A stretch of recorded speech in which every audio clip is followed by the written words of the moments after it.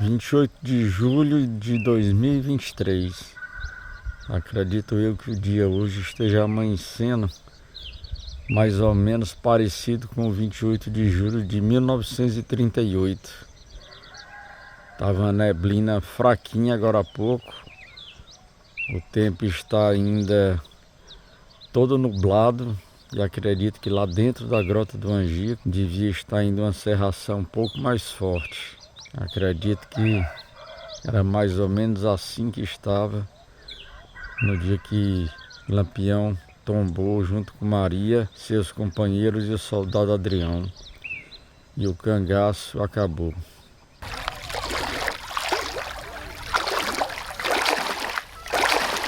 Eu gosto do teu aconchego, do seu abraço, teu sossego, meu doce de cacto, minha flor de mandacaru. És a cidade mais linda, tem belas casas coloridas, fica mais linda ainda quando eu estou aqui. Tem o mirante secular, a igrejinha do Bonfim, o museu do sertão e a canoa de tolda atracada bem ali no velho Chico. E quando eu abro a janela, ela sorri pra mim, me dando boas-vindas, que bom estar aqui. É a lapinha do sertão, mora no meu coração. Piranhas é meu aconchego, é o meu sossego e mora no meu coração. Piranhas é meu aconchego, é o meu sossego e mora no meu coração. Ó pessoal, essa casa aqui que a gente tá em frente aqui, essa casa aí pertenceu ao homem que fez a diferença no combate de Angico. Pertenceu ao Antônio Jacó, aquele que arrancou as mãos de Luiz Pedro e levou para tirar os anéis. E aqui nessa casa foi onde os volantes vieram para pegar o que ele tinha pego de Luiz Pedro, e ele disse: quem encostar em mim morre. Você vê como o cabo era tão temido que nem João Bezerra nem Chico Ferreira tiveram coragem de peitar ele, né? Ele disse que eu com a arma na mão ninguém encosta aqui, e não devolveu não. Resultado, só com o que ele pegou de Luiz Pedro, ele comprou 3 fazendas, fez a vida dele, viajou para o exterior, foi para a Europa, foi para os Estados Unidos, ganhou mais dinheiro ainda só com o butim de Luiz Pedro. Infelizmente está caindo, faz tempo que está assim, e daqui um dia vai estar no chão. Pessoal, vocês imaginam aqui em Piranhas, lá em Mossoró, onde o Miqueias mora, tem um excelente livro. Na verdade não é um livro, é um diário. Diário de Antônio Gurgel. Quem ainda não leu, leia. Porque diferentemente dos livros, você se sente dentro do bando. Que é um camarada que estava prisioneiro e ele conta como é que foi. Toda vida que eu leio, eu me arrepio todinho. Quando ele disse, o sino começou a tocar, o povo começou a correr. E no dia lá estava trovejando. Então se misturou o som dos trovões com o som dos tiros. A população toda empolvorosa, quem ficou, né, porque uma boa parte fugiu. Aí você fica imaginando, como é que foi o dia. Eu, pelo menos, toda vida que eu leio, eu me volto para dentro daquele local. E você se sente realmente dentro do que aconteceu. Não fantasiou quando ele diz que o cangaceiro Sabino ficava torturando com ele, e quando ia, torturando entre aspas, e quando ia botar a comida dele, encher de pimenta, viu, Lívio? E ele tinha que comer. De chegar as lágrimas, chegam de cia, sabe? E eles ficavam rindo dele, e que Lampião se compadeceu dele por conta da neta. Ele disse que tinha uma neta, e Lampião, quando libertou ele, ainda deu um dinheiro para ele poder ir embora e conseguir se alimentar e tudo para ir embora. E aquela frase que até hoje eu não sei de quem é. Eu acho que é de Shakespeare, onde ele disse que nenhuma fera é tão fera que não conheça alguma piedade. Então isso aconteceu em várias histórias do cangaço, de homens até como o próprio Lampião ter salvo gente, e até o Ângelo Roque, como a gente ouviu o João dizer ali. E Ângelo Roque foi um cangaceiro terrível, e ele salvou um primo, né? Queira ou não queira, era de sangue, mas ele salvou. Na época do ataque, o Chiquinho Rodrigues não morava naquela casa que é ali em cima, ele morava aqui nessa casa, certo?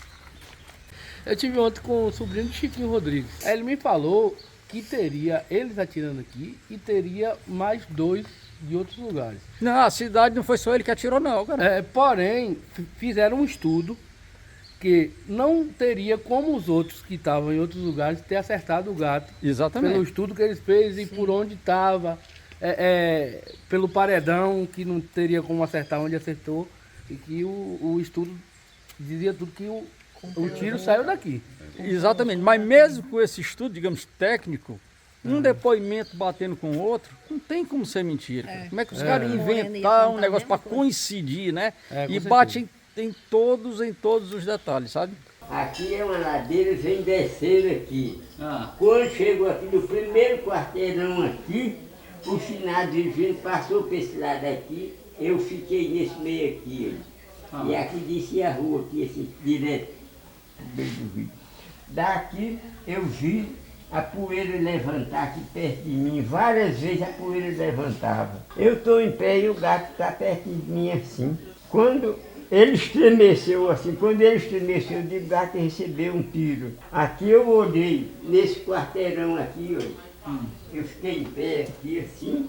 Quando eu olhei nesse quarteirão aqui, eu vi uma arma saindo no segundo andar. Fiquei na esquina assim, ó, com um mosquetão esperando, vi quando a arma foi saindo. Quando apontou a cabeça, eu puxei o dedo. Mas eu acho que eu não acertei o tiro, mas a pessoa caiu para trás. Quando eles foram virando cangaceiro, eu aí cortei de ponta. Quando o cabo empontou, o cabo chapéu grande, que vinha assim de ouro, 10 horas do dia, chega clareava assim, aí eu puxei ele no rifle, de cruzeta de 10 tiros, cortei, o cabo saiu, se arrastando. O tiro pegou em cima do quadril e saiu no outro. Ele saiu banho e meteu a venda. Carga de lenha, o rapaz que vende lenha correu, deixou os jumentos carregados. Eles derribaram a carga e botaram os baleados em cima e subiram, um de um lado e do outro. O jumento com a cangalha, eu peguei o jumento, trouxe para cá, botei ele em cima do jumento e seguimos viagem com ele. Então aí, isso que você está dizendo, já é outra prova. Já demonstra que eles estavam na mesma cena em lados opostos, né? E lados Estavam opostos. No cangaceiro, no caso lado com o gato, e o Chiquinho Rodrigues aqui na resistência aí da Exatamente. Da cidade, né? Deval, eu me recordo do que você falou a respeito de Zé Rufino e dos nazarenos.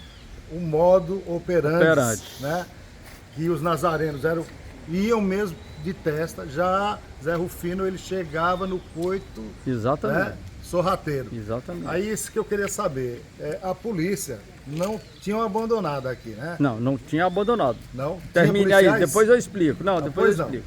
Mas aí no caso, o gato ele devia vir irado, com ódio, para resgatar a esposa dele. Exatamente. Aí será que eles vinham nesse mesmo ímpeto dos nazarenos ou eles vinham andando para procurar a esposa, iam para a delegacia, algum canto? Porque quando vocês falam que eles vinham andando, eles vinham de lá. Eles vinham já atirando e com raiva. Ele já entrar porque é o seguinte, o que aconteceu aqui foi uma coisa, digamos, atípica. Foi mais ou menos quando mataram o neném de Luiz Pedro, que a própria Cila disse, Luiz Pedro saiu feito um louco, quem ele encontrava ele matava. E ela me contou dessas mortes terríveis. E o que é que acontece aqui? João Bezerra tinha saído em perseguição aos cangaceiros. Ele não estava na cidade, ele não fugiu. Ele saiu em missão, certo? E quando ele saiu, eles combateram o gato lá na Fazenda Picos, que é aqui próximo. A gente já esteve lá gravando no local onde eles estavam. Nós brigamos nos Picos. Aqui? Foi nos Picos, aqui nos Picos. Deu uma brigada nas polícias. Nós brigamos ligeiro. E peguei uma de gato. Ela estava já grávida. Ela saiu baleada, mas tudo nós pegando a mulher. Quando eles prenderem Nassinha, que gato fugiu, João Bezerra continuou em missão, ele estava em missão e continuou em missão.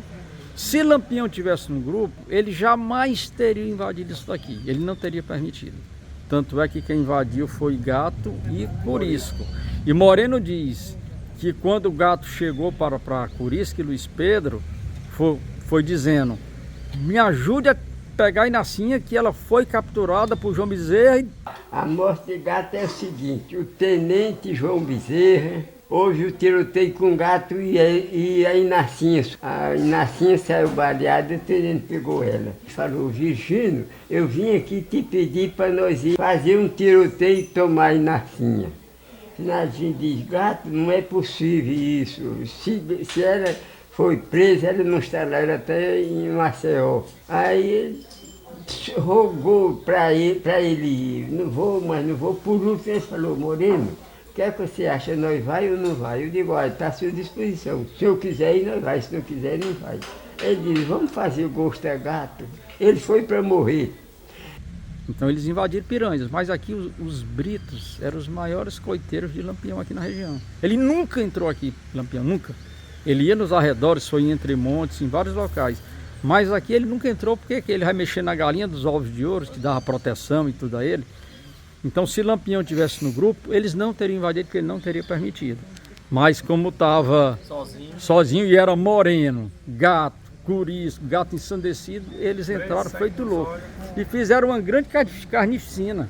Porque quando eles vieram de lá até aqui, exatamente, eles fizeram igual o Luiz Pedro fez lá. Ele matou 11 pessoas no caminho. De lá desceram por lá. Aí foram matando gente. O que topava matava, topou, matou. Mais de 10 pessoas. O que pegou, matou. Veio matando, quem ele encontrava, ele matava. Ou seja, exatamente, matou gente tão sertanejo quanto que eles foram um dia. Mataram pessoas humildes que não tinham nada a ver com a história. Como a Cila me disse que quando Luiz Pedro saiu lá feito louco, ela disse que nunca esqueceu, sempre ela falava nisso.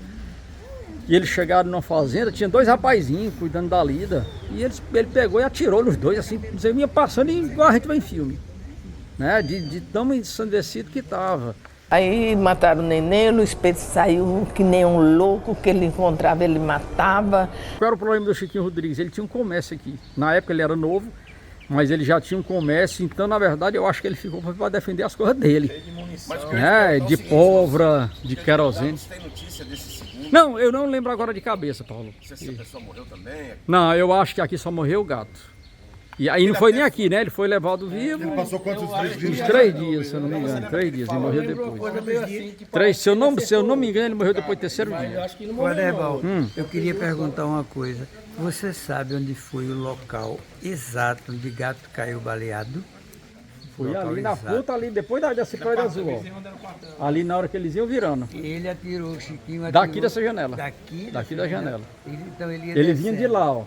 Mas vinha cangaceiro por aqui também, ele estava espalhado aqui, só que a visão dele daqui era para lá, ó. A história que ele conta no vídeo, o Chiquinho Rodrigues, que ele deu um esporro no delegado, não foi? Ia fugindo, foi. Tava fugindo do delegado, como é que você é delegado e vai embora? Não teve isso, foi? Exatamente. E o detalhe importante é aquela história do chapéu. Eu não me lembro quem foi a pessoa agora, um comerciante, um juiz, que o cara ia sem chapéu. E no meio da história ele para e disse, foi a primeira vez que eu vi um homem sem chapéu. Nunca tinha visto um homem sem chapéu. Ele disse. Foi. E quando eu gravei com Pompeu Aristides e Moura, você vê a importância do chapéu naquela época, né? Se você vê uma foto dos anos 20, 30, todo mundo de chapéu. O Pompeu Aristides e Moura contando de um tiroteio que ele levou um açoite de bala, ele disse que todo mundo fugiu e na hora do açoite de bala o chapéu dele caiu no chão. Aí ele para e diz assim, como é que eu ia fugir e deixar o meu chapéu? O que é que iam dizer de mim? Fugiu e ainda deixou o chapéu. Pois eu voltei e peguei o chapéu. Já pensou um negócio desse? Meu chapéu caiu, eu voltei para apanhar, eles me cobriram no tiro, que a terra voava por cima da gente, mas eu digo, eu não deixo meu chapéu. Se eu tivesse deixado o chapéu e os cabras tudo em cima de mim, eu tinha desertado. Que eu não ia. Eu achava que aquilo era desmoralizado, porque eles iam dizer, brigaram, correu, deixou o chapéu. Então eu carreguei o chapéu. Meu amigo Flávio, você aí na outra expedição junto aqui da gente aí, como é que é isso aí? É uma emoção grande poder estar aqui com vocês. E assim, não participei da expedição toda, mas só de reencontrar vocês aqui, a felicidade é grande, né? É isso aí, o seu compasso aqui, não fuja não.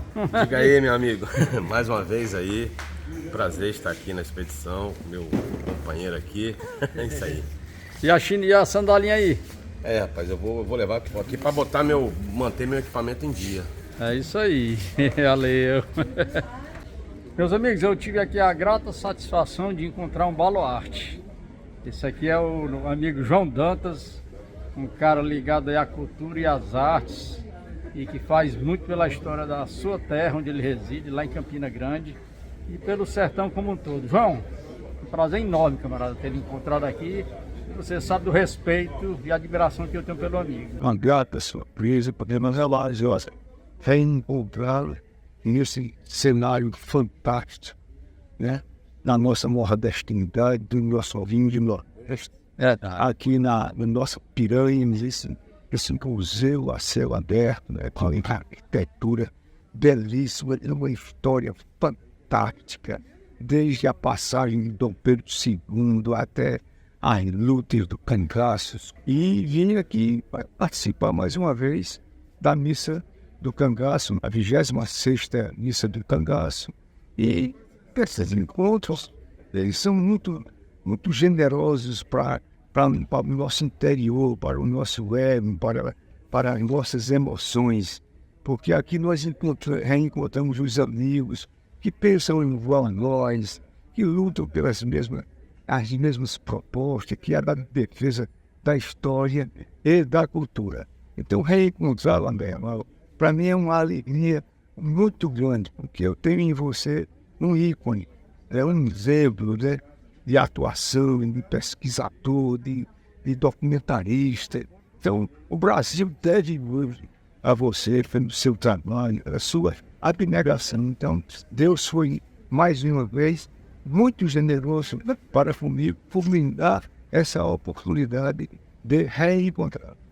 Tamo junto. Esse local que a gente está aqui é onde Pedro de Cândido foi morto. Ele, na época, existia a história do lobisomem. Só que muita gente pensa que esse lobisomem é aquele lobisomem do filme, né? Mas não, o lobisomem que eles chamavam, na verdade, era o cabo que pulava cerca. Existiram vários aqui, inclusive eu conheci um dos mais famosos. Enfim, e eles tinham esse rapaz que matou o Pedro de Cândido, na verdade ele foi até criado junto com eles. Era uma espécie de agregado, dizemos assim. E ele, pelo que diz, ele não era muito bom do juízo. Um rapaz um pouco especial. E falava da história do lobisomem e tal. E um dia o Pedro de Cândido saiu, foi visitar uma namorada, já era tarde da noite. E esse rapaz tinha saído para ir embora, ele ia em direção aqui à casa que ele ia ficar. E ele estava aqui nesse local quando o Pedro de Cândido vinha de chapéu, de capa, vinha andando. E ele assustado, na hora que ele chegou, na época, claro, não era desse jeito. E quando Pedro de Cândido foi se aproximando, ele com um canivete, não foi nem uma faca, foi um canivete, ele acertou Pedro. E por azar foi em cima do coração. Muita gente diz, ele morreu com não sei quantas facadas, foi queima de arquivo, não foi. Foi uma canivetada só que por azar dele pegou no coração e ele morreu. E anos depois, o filho dele, de Pedro de Cândido, do qual a mulher estava de resguardo quando a polícia foi lá pegar ele, se tornou agente da Polícia Federal, delegado da Polícia Federal, fez uma investigação por conta própria, deve estar aí dos arquivos, não sei de coisa, já que ele tinha acesso, e viu que realmente foi um sucesso, um acidente. Acidente entre aspas, né? E tanto é que ninguém nunca nem vingou a morte de Pedro, porque eles podiam muito bem ter matado esse rapaz depois, né? Mas como era gente deles até, e eles viram que foi um susto, como se diz, né? Foi um susto, como se diz. Ali no começo. Passou da ponte, foi. Foi aqui, não foi na ponte não. Aí foi aqui que ele foi morto. Outra coisa, ó, se Pedro de Cândido tivesse traído também Lampião, como muita gente diz, vocês acham que ele tinha feito isso e tinha ficado aqui? Mas se fosse doido, ele era pedir para morrer. Ele não chupou manga com febre. Exatamente. Se realmente ele tivesse culpa no cartório, como muita gente pensa, ele tinha ido embora daqui, era no outro dia, no mesmo dia, tinha nem ficado aqui. E no entanto, tanto ele como Durval passaram a vida toda deles aqui. Durval morreu em 2003, se eu não me engano. Passou o resto da vida aqui, nunca foi importunado por ninguém, podia ter sido pela família dos próprios cangaceiros, que muitos eram da região e todo mundo sabe aqui que do sertão se lava a honra com sangue. Então eles realmente não tiveram culpa nenhuma. E eu inclusive postei um vídeo da Sila, semana passada, onde ela diz, Pedro e Durval não tiveram culpa, eles foram forçados a fazer aquilo. Que ele confiava no coiteiro. O povo disse que foi o Pedro de Cano que traiu ele. Eu não acredito que seja o Pedro de Cano, não.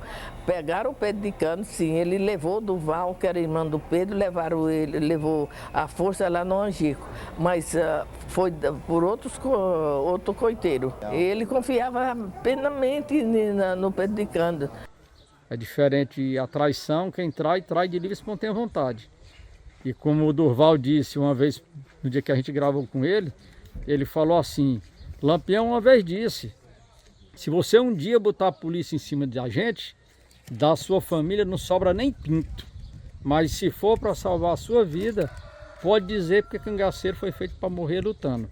Claro, ele era um cara estrategista e tudo, mas ele não morreu antes por sorte, como o tiro que ele levou no pé, que o policial chegou a 2, 3 metros de distância dele e entrou no pé. E não viu, ele já depois de baleado.